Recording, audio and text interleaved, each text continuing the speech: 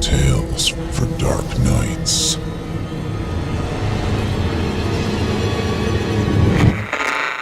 Want to make sure you never miss a Chilling Tales for Dark Nights video again? Be sure to subscribe and hit that bell to turn on notifications. Hello, folks. It's summertime, and listening is easy. Of course, what to choose? Well, on Simply Scary Network, there's all kinds of spooky entertainment ready to give you chills you need to get through all this heat.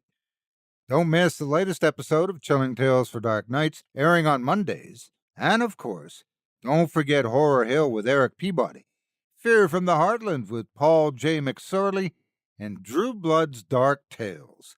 You can find them all at simplyscarypodcast.com, on YouTube, or your favorite podcasting service.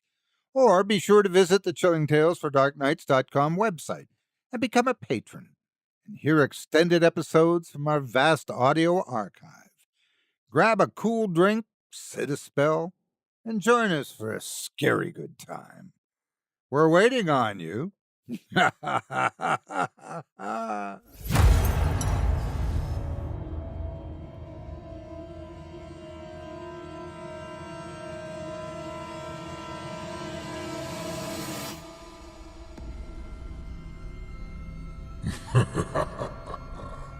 Good evening. I'm storyteller Otis Jiry, and I ain't your grandfather. From where I'm from, we don't do bedtime stories. And if that's what you were expecting, you're in the wrong place. If it's terrifying tales you're after, well then, I've got just the thing. Get comfortable, settle in, turn off the lights, if you dare. Your night is about to get a whole lot darker. Who needs sleep anyway?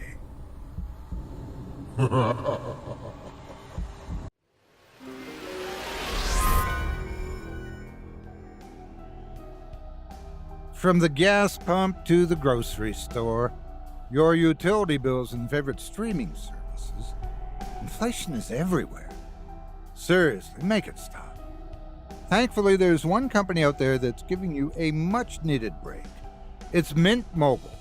As the first company to sell premium wireless service online only, Mint Mobile lets you order from home and save a ton with phone plans starting at just $15 a month. Think about it. A plan that's only $15 a month. How much are you currently spending? And for what? What extras are you really getting for all that? Because Mint Mobile isn't wasting time on extras. With its online-only storefront, you've already eliminated the cost of retail alone. The plans start with unlimited talk and text, and your high-speed data is on the largest 5G network in the nation. All of this, and you keep your phone and your contacts as well. Even as prices are going up everywhere, you can rest assured that you're not just throwing money into an ever-bloating wireless pit and put what you'll be spending on pointless extras toward more important things, or, just storing that money for a rainy day. I think you'll find it an excellent idea. To get your new wireless plan for just $15 a month, get the plan shipped to your door for free, go to mintmobile.com/dark. That's mintmobile.com/dark. Cut your wireless bill to $15 a month at mintmobile.com/dark.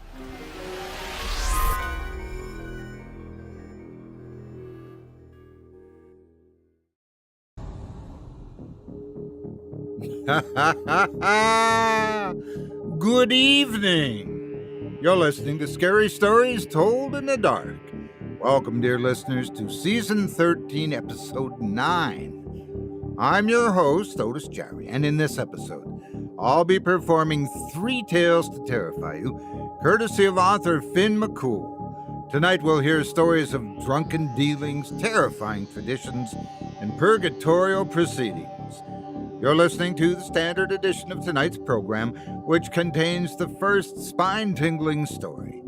If you'd like to show your support and enjoy an extended version of this and other episodes with twice the terror, visit simplyscarypodcast.com and click Patrons in the upper menu to sign up today. Thank you for your support. Now it's time to take a walk together down the moonlit trail. So lock your doors, turn your lights down low, and settle in. The show is about to begin.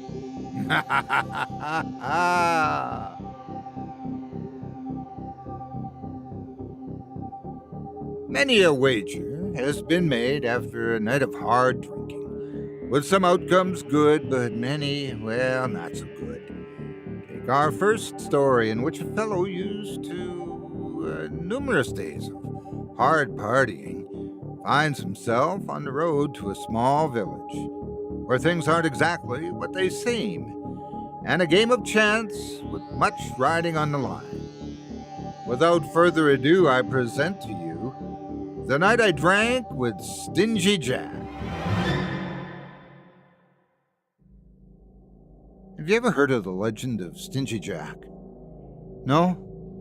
Oh well, no matter. I'd never heard of him either, not until I had the misfortune of meeting this shifty bastard face to face. I encountered Jack, not realizing who or what he was, and my ignorance almost cost me my life.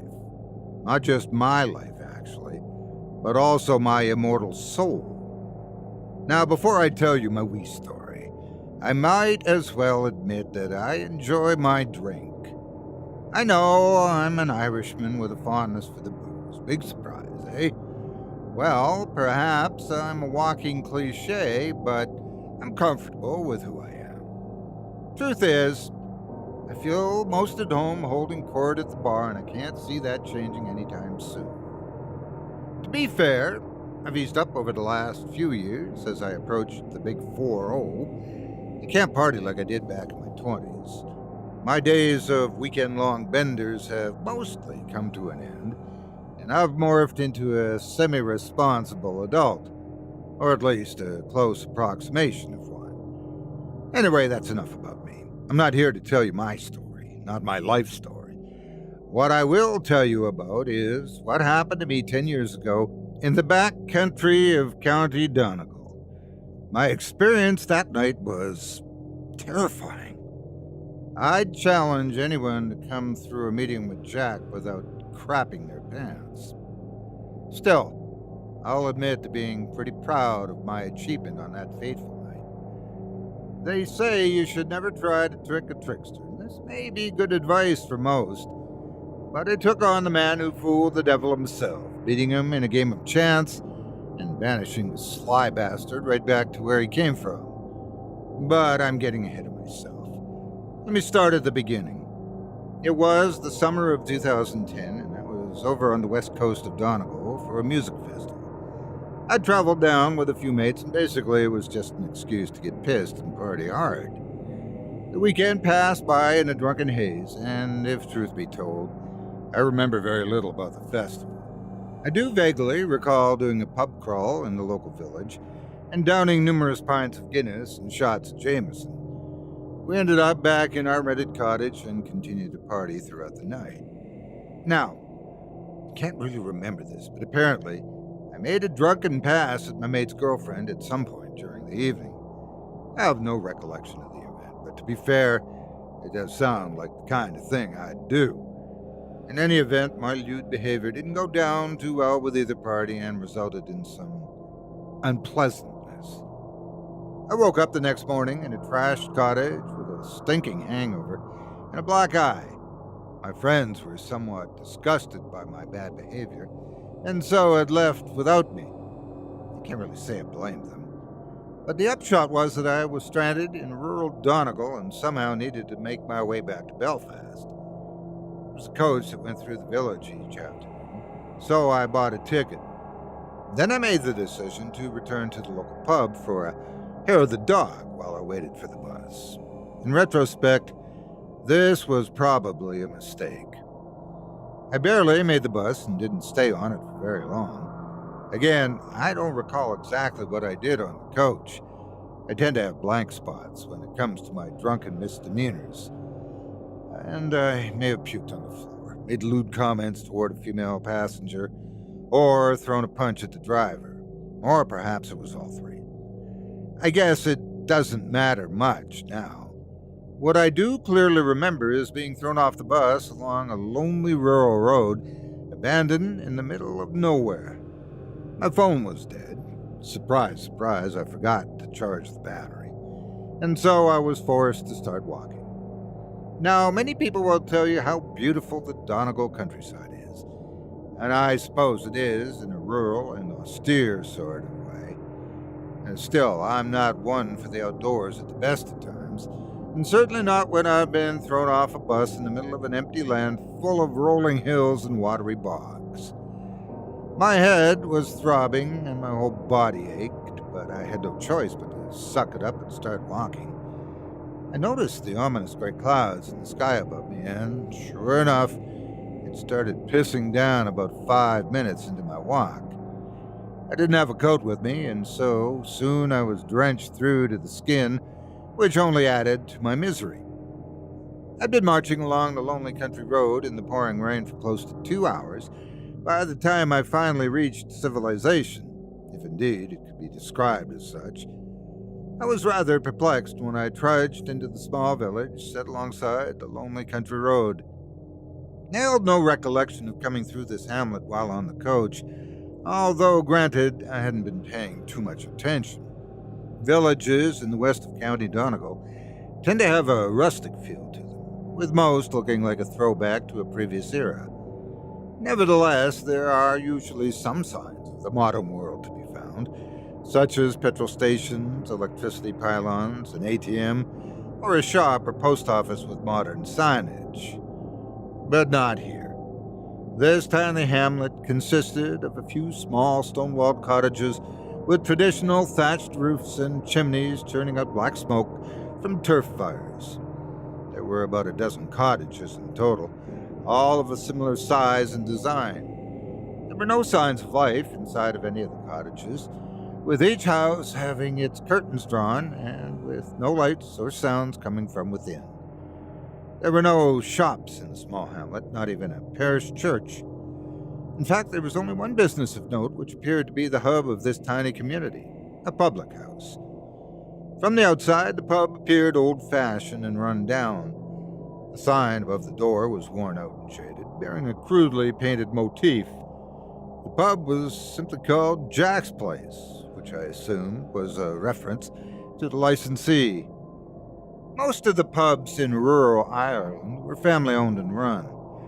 There were a few signs of life in the place, but the front door was left slightly ajar, and I could see a dim light emanating from the inside, presumably indicating that the bar was open for business. By this point, I was tired and fed up, not to mention drenched through to the bone. What's more, it was late in the day and would be getting dark soon. I didn't have a clue where it was, or how far it would be to walk to the next village or town. I reckoned I could at least go inside to dry myself off and use their phone to call for a taxi. I thought perhaps they could rustle me up something to eat and I might calm my nerves with a drink or two. Yes, I know. Too much drink got me into this mess in the first place. But I had a rough day, and so I reckoned I deserved at least a couple of pints after all I'd been through. I crossed the road and slowly pushed open the thick oak door of the public house. I didn't know why at the time, but I recall feeling a sense of trepidation just before I entered the pub, a kind of primal instinct that screamed inside my head, telling me to walk away and get the hell out of this place. I fought back this irrational feeling and told myself it made no sense, and I forced myself to proceed. The first thing that hit me when I stepped inside was the wall of smoke, so dense and repugnant that it made me cough as I struggled to regain my breath. Now, the Republic of Ireland was one of the first countries in Europe to bring in a smoking ban in pubs and bars, and by 2010 this law had already been in place for several years. Therefore, I was surprised to find the rules being so blatantly ignored in this establishment. I guess that was what the guards and health inspectors rarely came out to do in this remote location, so the patrons felt they were safe enough to continue smoking indoors. I wasn't overly concerned in any case, since I was a social smoker myself, and had a fairly bohemian view when it came to such laws such as this. It took a moment for the smoke to clear, allowing me to adjust my eyes to my surroundings. The pub was, as expected, a dump. Its interior was dank and dreary, and the decor looked like it hadn't been updated for about a century.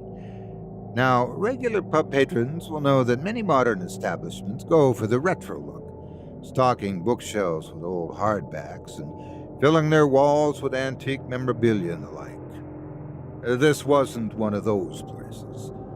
It was what younger patrons might describe as an old man's pub, where any changes or updates would surely result in grumbles from the old-school regulars who didn't like change. My memory of the surroundings isn't the best, but let's see if I can describe it. The wood floor underneath my feet was sticky, and, I suspected, not often cleaned. In addition to the plumes of smoke from the tobacco, my nostrils also picked up the familiar stench of spilled alcohol and stale urine. The bar, which was unmanned when I first walked in, looked filthy, with its wooden top stained and cracked. I saw a number of unlabeled spirit bottles displayed on shelves above the bar, some containing brown spirits, presumably whiskey, while others held a clear liquid which I guessed could be illicitly brewed poteen, common enough in these parts. The walls of the pub were adorned by a number of old black and white photographs, most of them stained yellow by years' worth of tobacco smoke, and several had cracked or broken frames. The pictures were all local scenes, many being of farming families, clad in Victorian-era clothing. Their grim and austere facial expressions told a story, that of a harsh life etched out upon an unforgiving and barren landscape. There was something rather eerie and unsettling about those old photographs, and I found I couldn't look at any one of them for too long. It was almost as if their eyes were following me as I sheepishly moved through the bar. Somehow, I felt as if they were judging me, although, of course, this was impossible. The pub's interior was dark, and I soon realized why.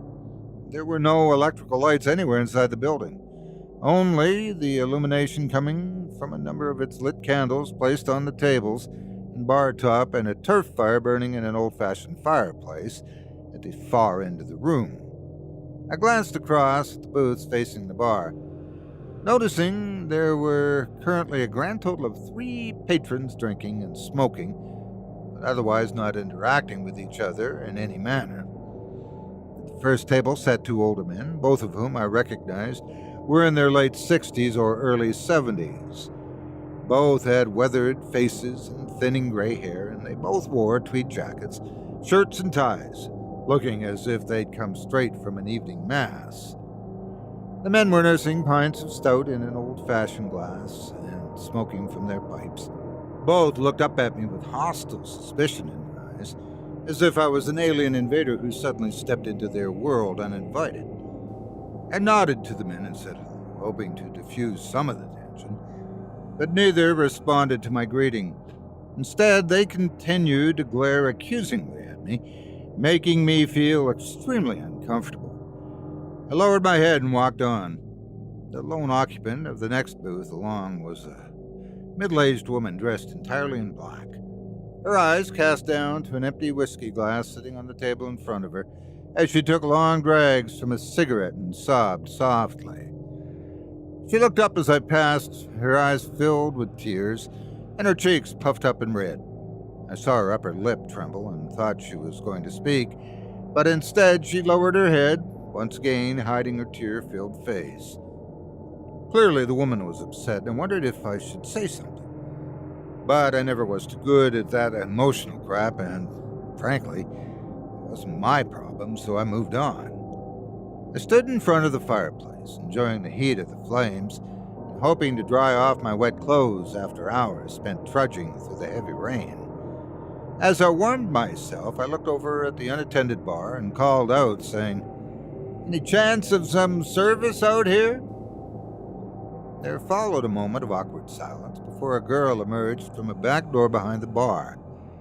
The barmaid was a young woman, perhaps in her early to mid-20s. She was of slight build and medium height, with her long brunette hair tied back in a bun. I would have described her as attractive, but her choice of clothing didn't exactly highlight her best features. She wore a conservative, Victorian-style long dress that fully covered her cleavage. And, like the sobbing woman in the booth, I noticed how the barmaid was also clad all in black, like she'd just come from a wake or a funeral. She wore no makeup in her face, and her complexion was pale, although I did notice her natural ruby red lips and expressive green eyes. She didn't look in great form, however, glaring at me suspiciously as she walked to her station, considering me more as an inconvenience or annoyance rather than a valued customer waiting to be served.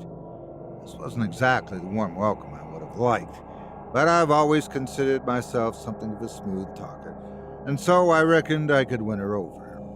"Evening, love. Thought I was going to die of thirst out here. Still, I can see you're run off your feet." I shot her a cheeky smile and a wink, but I didn't get the reaction I'd hoped for. The barmaid frowned, looking me over with contempt, like I was something unpleasant she stepped in. "You look like a drowned rat," she said dismissively. I laughed nervously before replying. "Yeah, well, I'll admit I'm not looking my best right now. I had a rough day and was hoping for some traditional Donegal hospitality." Her ice-cold demeanor didn't thaw as she abruptly asked, "What do you want?" "Well, I'll start with a pint and a whiskey chaser," I replied with a smile. "I could use a drink while I dry off." I paused for a moment before asking my next question. "I don't suppose you have a phone I could use?" I inquired. She looked back at me with an expression of confusion evident on her face, pausing for a moment before responding with a definite "No." "Of course you don't," I muttered in frustration as I moved away from the fireplace and parked myself on a stool facing the bar. I watched as the barmaid poured me a shot of whiskey straight from the bottle, then proceeded to pour a pint of frothy black stout using an old-fashioned and hand-operated pump. All very old school. She placed the drinks in front of me without ceremony, spilling some of the contents of the pint whilst doing so. She didn't tell me the cost or ring up the till. In fact, the bar didn't even seem to have a till. I dug into my pocket and pulled out a €5 note, placing it on the bar. She stared at it in confusion for several seconds, looking as if it wasn't the type of payment she'd expected. Finally, after a tense delay, she lifted the paper note and took it with her as she retreated into the back room. "Great," I muttered sarcastically. Clearly, I wasn't going to get any help from this moody cow. I took a big gulp from my pint glass and followed up with a sip of hard whiskey, savoring the warmth of the strong liquor as it made its way down my throat. Then I pondered what I would do next. For whatever reason, the barmaid had been less than helpful, and the handful of patrons present was dead to the world. But surely there was someone in this dump who could call me a cab. So I decided to bide my time and finish my drinks in the hope that someone a bit more amenable would turn up. As it turned out, I didn't have to wait for long. The enigmatic figure appeared as if from nowhere, stepping out from the shadows, confidently marching across the barroom floor. I hadn't spotted him standing in the corner of the room, which was surprising, given that he was hard to miss. The newcomer was a large man, plump to the point of being obese. The clothes he wore were old-fashioned and scruffy, consisting of a worn-out tweed jacket, a shirt and bow tie, and a brown waistcoat that barely contained his ample belly. His trousers were covered in dry mud, and his old boots had holes in the leather. Given his unkempt appearance, this man could easily have been mistaken for a tramp. The smell didn't help either, as he stank from a putrid mix of alcohol, cigarette smoke, and body odor. It was hard to guess his age, although I reckon the fellow was in his 50s or 60s. His face was fat and red as a beetroot, likely the result of a lifetime of heavy drinking. Nevertheless, the drunkard appeared relatively sober and amicable. He staggered toward me, shooting a broad grin that exposed broken yellow teeth. I might have assumed he was harmless, but when I looked into his dark brown eyes, I saw sly cunning that put me on my guard. The man spoke first, his voice deep and croaky. "Good evening, young man," he said with a smile. "My name is Stingy Jack, and this here is my establishment." He held out his hand, which I reluctantly took. His skin was ice cold, his shape firm. "Pleased to meet you, Jack," I answered without much enthusiasm. I didn't think much of Stingy Jack or his decrepit old pub, but at least he was more friendly than the barmaid. "You're a stranger to these parts," Jack added. "Then again, most folk are. I trust you're being treated well?" I scoffed, thinking of the cold reception from the young barmaid. However, when I turned back toward the bar, I saw her standing there, staring down at me accusingly. For some reason I couldn't explain, I felt rather intimidated by the young woman, and so I replied meekly, saying, "Yes, I have no complaints." Jack surprised me with his reaction. Suddenly, he bellowed loudly, his raucous laughter filling the room. He nodded toward the silent barmaid, meeting her eye. "Well, Molly here has worked for the family over many years. She isn't always the most courteous, but I can assure you she's reliable." I nodded my head, not knowing how to respond. Instead, I turned and looked up onto the trio of patrons, noting with some concern that we were being watched. The two old men and the sobbing widow all turned to face us, glaring at me and Jack with barely disguised hostility in their eyes. I suddenly felt quite uncomfortable, turning back toward Jack to seek some reassurance. Jack laughed once more, patting me hard on the shoulder with his ice-cold hand as he did so. "Oh, don't worry about that lot," he proclaimed amicably. "My regulars are the parochial type. Me, on the other hand, I always welcome new customers." I feigned a smile as I glanced up at Jack's broken smile, before lowering my head and taking another drink. I hoped he'd leave me be, at least for the time being, but no such luck. "Let me ask you a question, young man," Jack added in a thoughtful tone. "I noticed you said nothing when I introduced myself. Don't tell me you haven't heard of me. Have you never heard the story of Stingy Jack?" I looked up to meet his gaze, noting the twinkle in his eyes. Stingy Jack. The name did ring a bell in the back of my mind, but I couldn't quite place it. Had this old drunkard once been a minor celebrity or local politician? I didn't necessarily want to offend the man, but my mind was drawing a blank. "Sorry, mate," I replied sheepishly. "Can't say as I have." Jack laughed and once again slapped me on the shoulder. "Don't worry about it, son. You're a hot-blooded young lad, and no doubt have no time for old wives' tales. I guess I'm not as famous as I used to be back in the day. But lucky for you, Molly knows my life story better than anybody. She could recite it in her sleep, no doubt. Now then, Molly, would you care to enlighten our uninformed young friend?" Jack looked at the barmaid expectantly as I did. Jack's banter had drawn me in, and I went against my better judgment and listened intently. Molly sighed loudly, rolling her eyes before she began her unenthusiastically told account. She nodded toward her gregarious boss before speaking. "This gentleman here is the famous Stingy Jack, the man who fooled the devil. Once upon a time, Jack was known throughout the land as a deceiver and manipulator. In time, the devil overheard the tales of Jack's silver tongue and wicked deeds. One night, he sought Jack out, wishing to discover whether he lived up to his notorious reputation. On that fateful night, Jack here was drunk and wandering through the countryside when he came across a body lying in the path.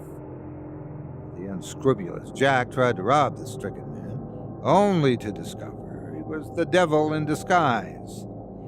Realizing this was surely the end for him, Jack made a last request of the devil, asking to enjoy one final ale before he was taken to hell. Upon quenching his thirst in a local bar, Jack confessed that he was unable to pay his tab. Chancing his arm, Jack asked the devil to transform himself into a silver coin that he could use to pay the bartender. The devil was impressed by Jack's nefarious cunning and therefore agreed to his unorthodox request. However, Jack tricked the devil by dropping the transmogrified coin into his jacket pocket, which also contained a crucifix. The presence of his holy symbol prevented the devil from escaping his form, and so he was left at Jack's mercy. She sighed deeply before continuing. The ever-cunning Jack agreed to release the devil, but on the condition that his soul would never be taken into the depths of hell. The barmaid paused once again, and I was sure I could see a slight glint in her eye as she spoke her next words. Jack's immortal soul was safe from the devil's clutches, but his physical body was ravaged by years of drinking and debauchery, and eventually he died. Jack's soul made its way to the gates of St. Peter, but God wouldn't allow him entry into heaven, citing his sinful and deceitful lifestyle. Thus, banned from both heaven and hell, Stingy Jack's immortal soul was doomed to roam the world between the planes of good and evil for all eternity. And so, here he is. She nodded toward the man who stood before me. I looked back toward my host in bafflement, noting how he retained his smile but now had a look of sadness and regret etched across his weathered face. Needless to say, I was taken quite aback by this bizarre tale, and I instantly wondered what kind of scam these yokels were trying to pull on me. Did they really expect me to believe this rubbish? Either Jack and his barmaid were playing a joke on me, or they were both totally nuts. Either way, I desperately wanted this uncomfortable conversation to end, but Jack wasn't having it.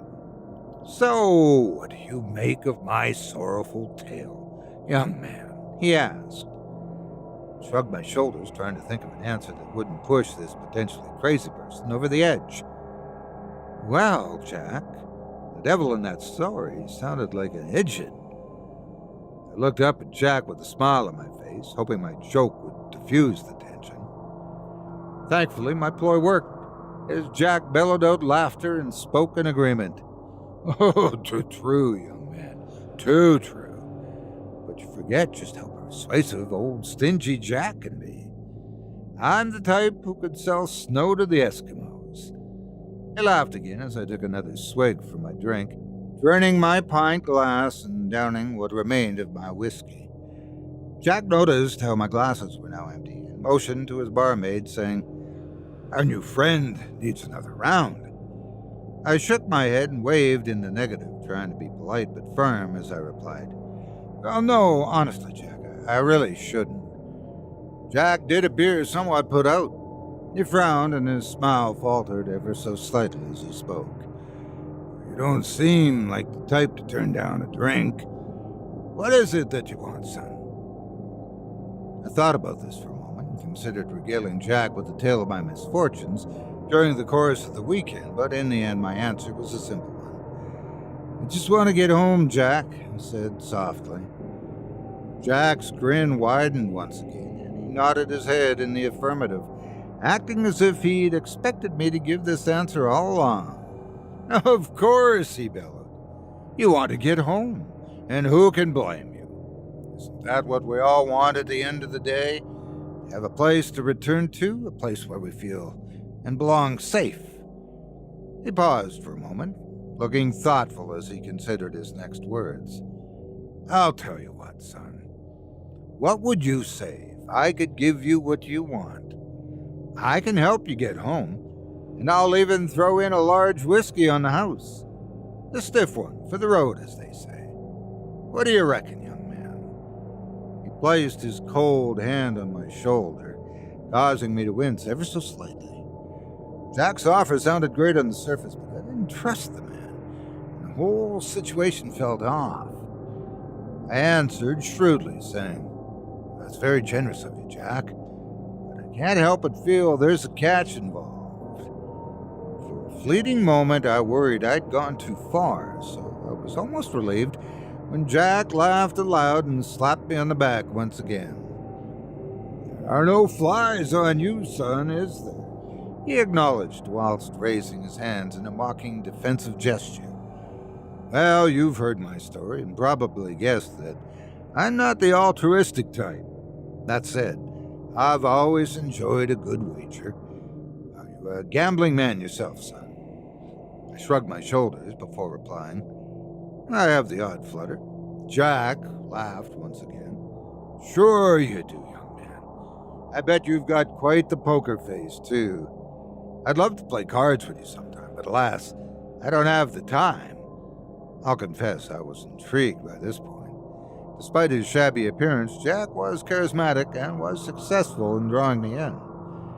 "Well, if not cards, what do you have in mind?" I inquired. I saw a mischievous twinkle in Jack's eye, a sly cunning that should have raised alarm bells but didn't. "A coin toss, best of 3, dead simple," Jack confirmed. I scoffed at the suggestion. "There's no skill in that," I replied. "Perhaps not, but it all depends on whether you're feeling lucky," Jack replied slyly. "And don't forget, if you win, it's a free drink and you get to go home." "And what happens if you win?"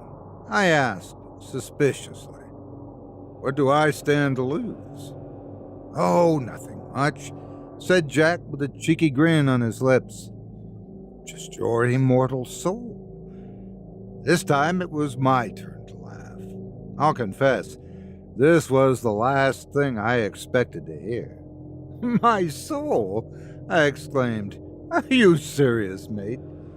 "I'm sorry to tell you, Jack, but I'm afraid you're a bit too late for that." Now, at that stage of my life, I was a confirmed atheist. I didn't believe in God, the afterlife, or any of that, and I certainly didn't believe I had a soul. As far as I was concerned, life was for the living, and I was determined to cram in as much hedonistic pleasure as I could before my body became old and tired. Obviously, what happened that night changed my perspective somewhat, but at that moment I was totally confident in my lack of belief. But unwittingly, I played right into Jack's hands. "Well then," he said coyly, "you got nothing to lose then, have you?" By this point, the exchange had become a battle of wits. Jack waited for my answer, and I felt the eyes of the patrons and the barmaid on me. In retrospect, I should have realized something was very wrong with this situation, and made for the door right then and there. But I was so arrogant that I didn't recognize the danger. And so, I accepted the wager. "You're on," I answered, with a nod of my head. I rummaged through my pocket but wasn't able to find what I was looking for. "I don't have a spare coin," I confirmed. "Don't worry, son," said Jack with a sly grin and a wink. "I've got my own right here." He removed the item from his jacket pocket and tossed it on top of the bar. I reacted quickly, stopping the coin under my right hand, feeling the cold metal against my palm. I slowly lifted my hand to reveal the silver coin underneath. The coin was one I'd never seen before in my whole life. It wasn't sterling, euro, or even an old punt. It appeared shiny and new, like it had just been minted. But there was no indication I could see of its actual value. The imprints on the coin were bizarre and rather unsettling. On one side was the head profile of a sinister and demonic figure with horns, and on the other side was a coiled snake, its mouth attempting to swallow its own tail.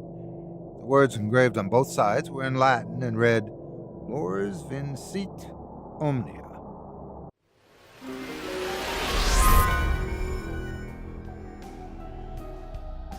From the gas pump to the grocery store, your utility bills and favorite streaming services, inflation's everywhere. Seriously, make it stop. Thankfully, there's one company out there that's giving you a much-needed break. It's Mint Mobile. As the first company to sell premium wireless service online only, Mint Mobile lets you order from home and save a ton, with phone plans starting at just $15 a month. Ever go to a phone store and all that's in there is a couple of tables and some overpriced plastic sleeves hanging from a rack? Why would any company spend the money on nearly empty space? Mint Mobile doesn't waste its money on that, any more than they want you wasting money on extras you never needed or wanted. What they deliver is simplicity and peace of mind. Unlimited talk and text on all plans, high-speed data on the largest 5G network in the country, starting at just $15 a month. And best of all, you keep your phone and your contacts. They ship the plan right to your door so you can get started quickly and easily. And with all the money you're not spending on bloated, ever-inflating wireless plans, you can put money aside for the things you really want out of life, not pay for more empty spaces. I want you getting the best deal for your money, and Mint Mobile is there to deliver a plan that fits your budget. To get your new wireless plan for just $15 a month and get the plan shipped to your door for free, go to mintmobile.com/dark. That's mintmobile.com/dark. Cut your wireless bill to $15 a month at mintmobile.com/dark.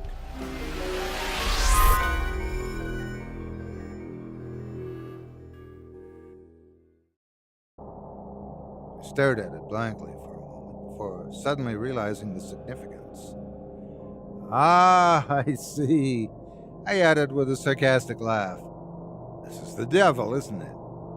Transformed into a coin. I grinned knowingly at Jack, but this time he didn't share in my enthusiasm or amusement, instead lowering his head before answering in a wistful tone. No, son. This is just an ordinary coin, a replica, if you will. I released Lucifer from this form many years ago. There is still a price to pay. He'll never leave me be, and I must give him what he wants.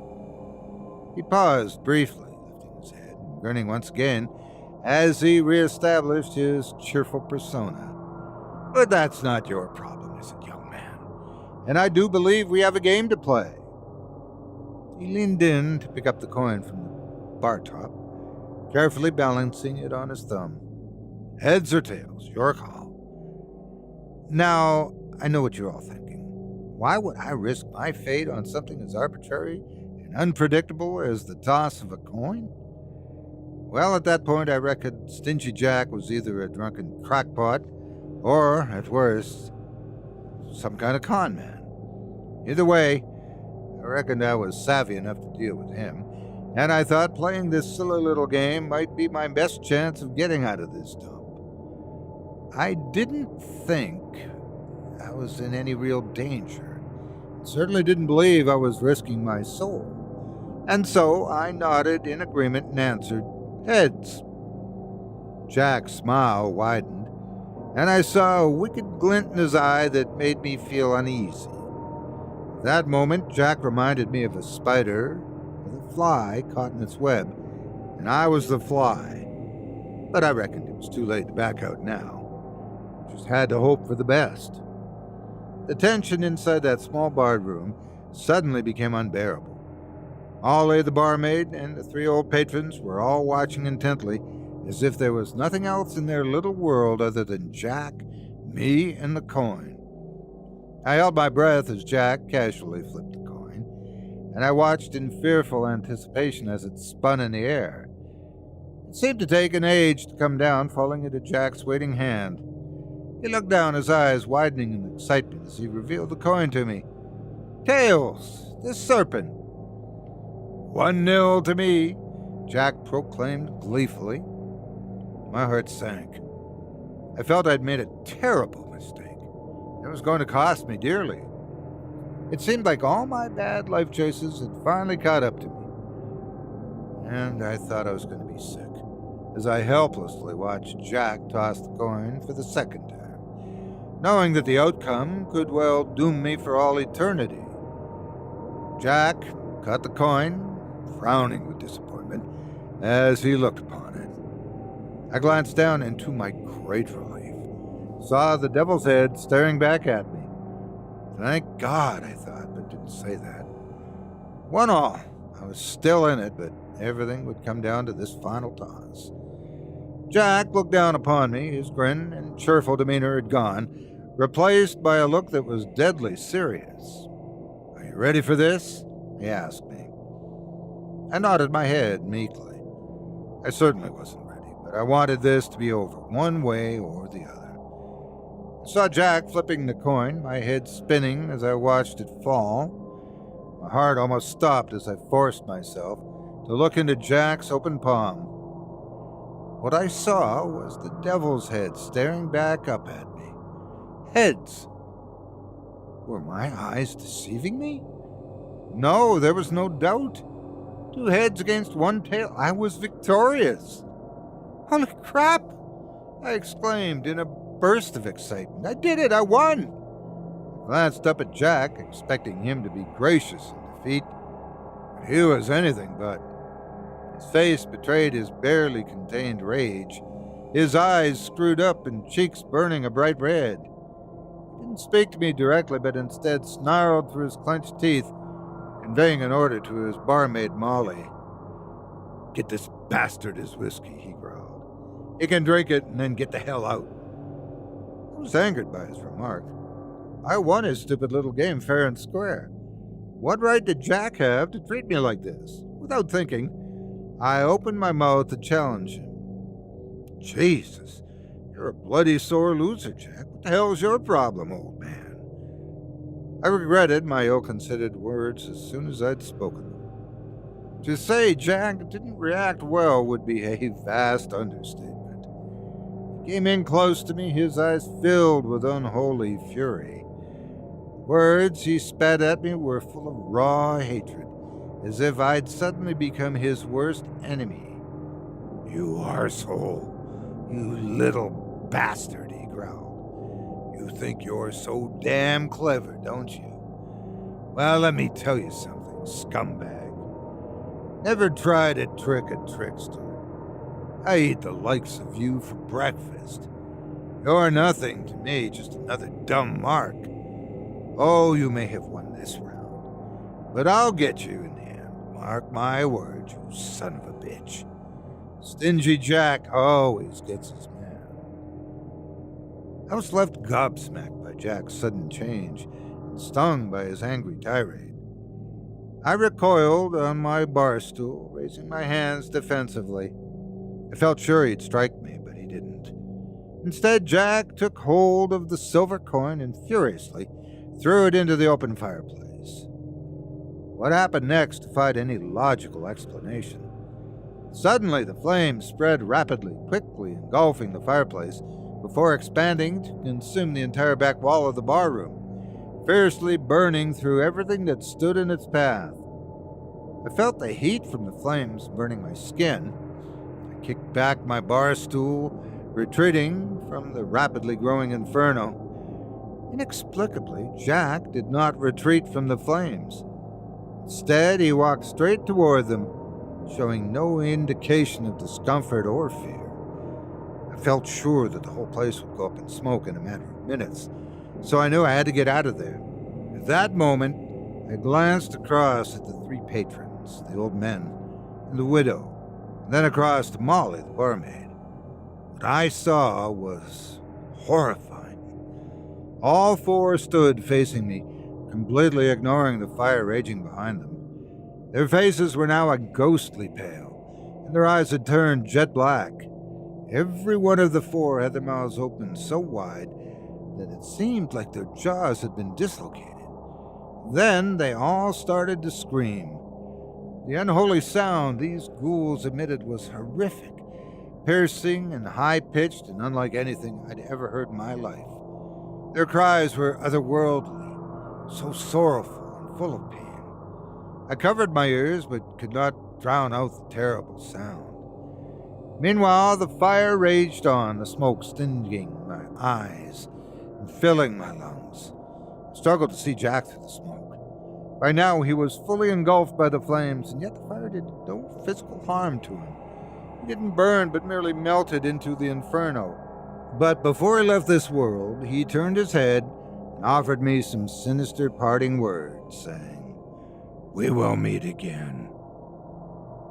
I'd seen enough by that point, and so I charged for the door, shoving it open and sprinting out onto the street as the fire burnt fiercely behind me. I fell to my knees and coughed frantically as a result of the smoke inhalation, and briefly closed my eyes as I attempted to regain my senses. When I reopened them, everything had inexplicably changed. The fire was gone.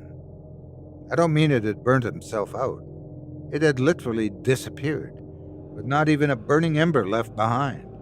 The pub had also vanished, replaced by ruins that had clearly been abandoned for decades.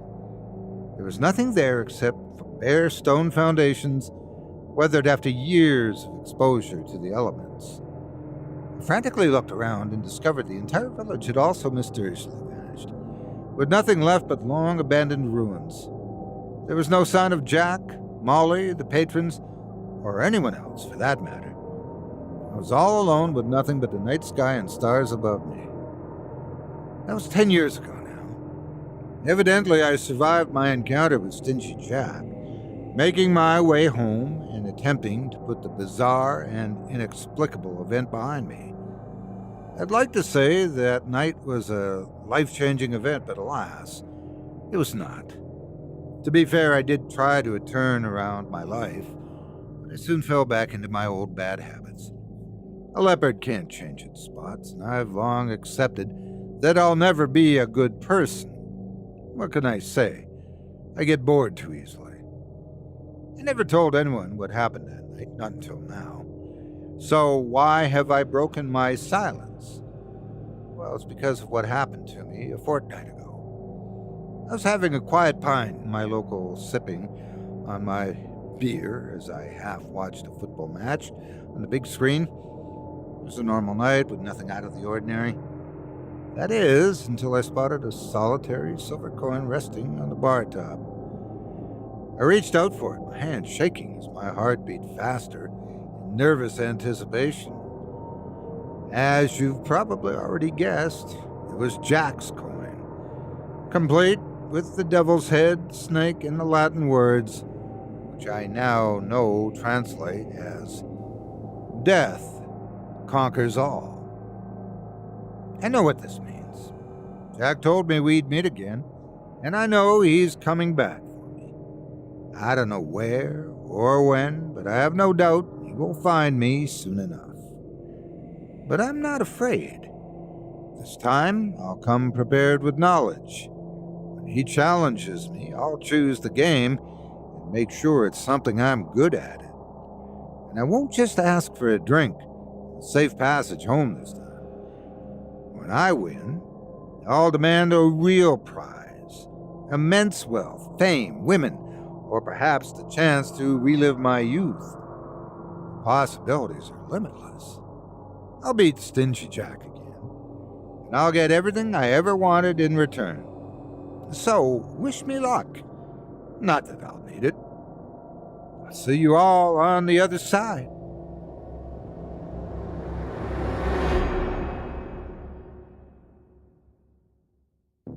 I hope you enjoyed The Night I Drank with Stingy Jack by Finn MacCool, as performed by yours truly.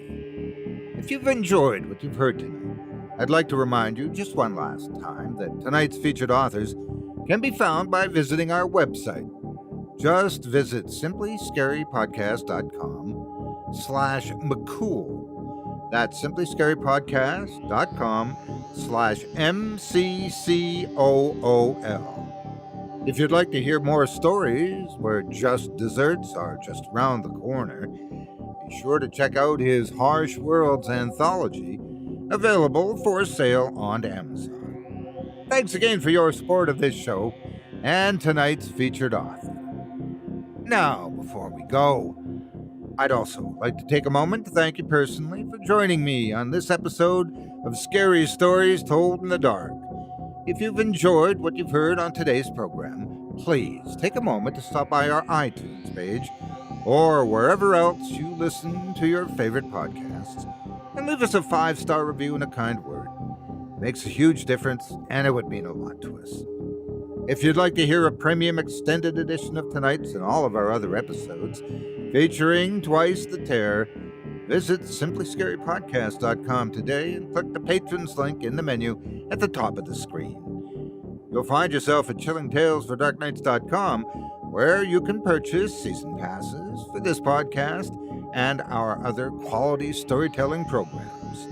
Or become a patron for as little as $5 a month and get access to our entire audio archive dating back to 2012, all of it ad-free. If you happen to use Facebook, Twitter, Instagram, or YouTube, you can follow and subscribe to Chilling Tales for Dark Nights there, where you'll get all of our latest updates and new releases and have the chance to interact with us each and every week.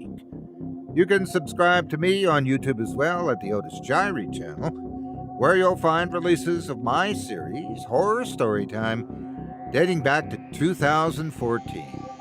And you can find me on Facebook, Twitter, and Instagram too. Just search for Otis Jiry. Stay tuned, as this season is just getting started.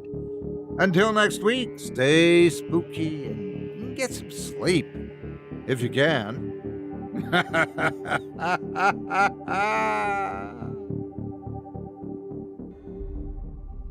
Thanks for listening. You've been listening to Scary Stories Told in the Dark, a production of Chilling Entertainment and the creative team at Chilling Tales for Dark Nights, and a proud member of the Simply Scary Podcasts network.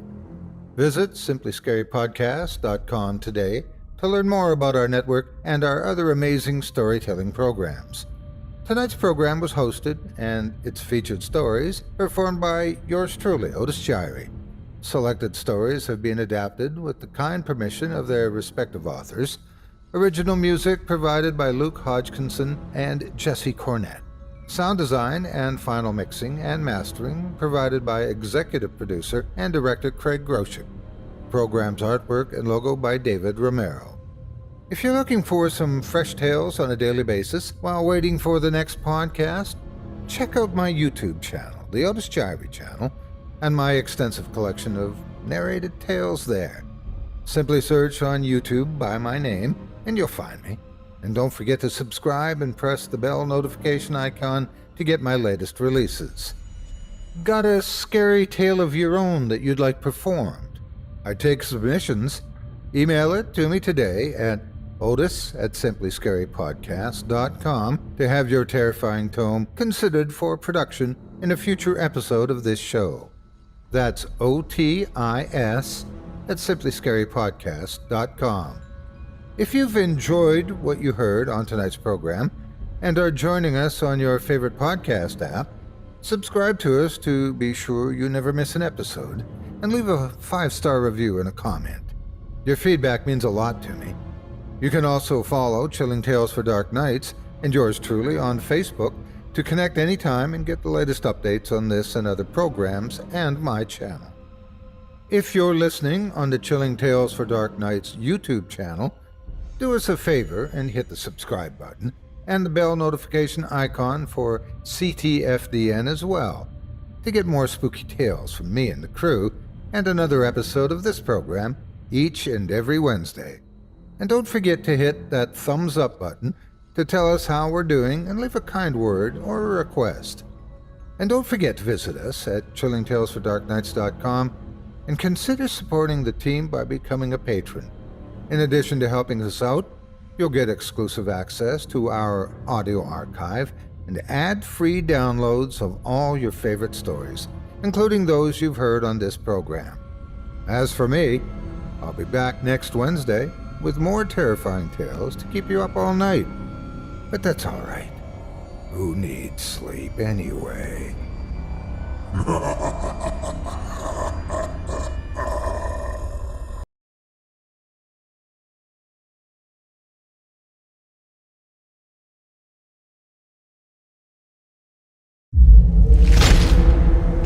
Tales for Dark Nights.